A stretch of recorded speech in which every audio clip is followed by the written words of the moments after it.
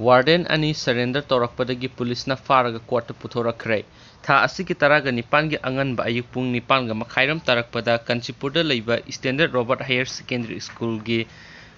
residential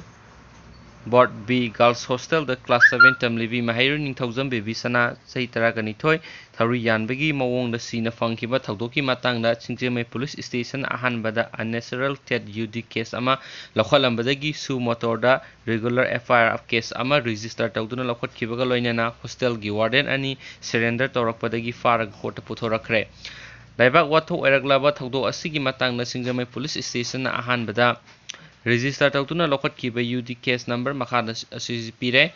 aduga adubu thaudo asi sensitive oiraba issue ama oirakpadagi tha asi kitaraga mapanda SP Imphal West na thokiba order number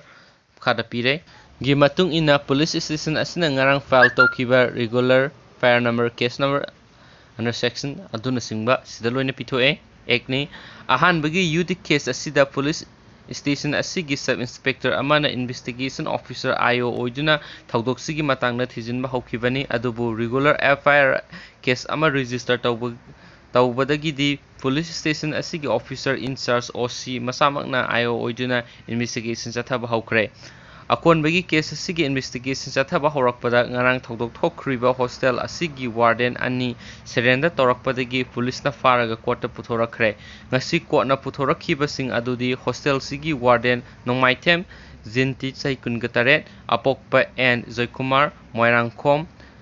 sawai jamlairak amasum head warden kamai elin chahi yankhai apokpa laikhidraba kamai kumar langthabal singthak MU manakni case asiga mari lainana faraba hostel gi warden animak ngasi chief judicial magistrate Imphal West ki court police na puthorakna ba hotnarakpada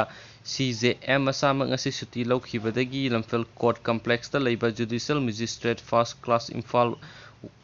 West 2 gi court puthorakhi police ki maikaidagi makhoi anibu ngasi dagi paraga tha asigi kunga mapan forward numit taruk ni gi police custody the remand pibinaba prayer tawrakhi adubu court na makoi ani bu hayeng fawbudang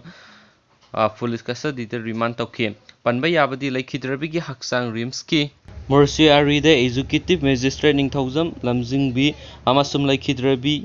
mari mata thokpa thangmai banmai sam laikai digi ningthaujam kumar mangang apokpa laikhidraba N Chandramani amasum pachoi digi Soraisam Danbir apokpa S Tomchona saruk yaduna video coverage tawraga postmortem examination tawkrabani aduga ngarang police changjakhraba warden ani sina makoibu anticipatory pre-arrest bail pibinaba session judge Imphal West ki court ta haijarakibada court na reject tawkibani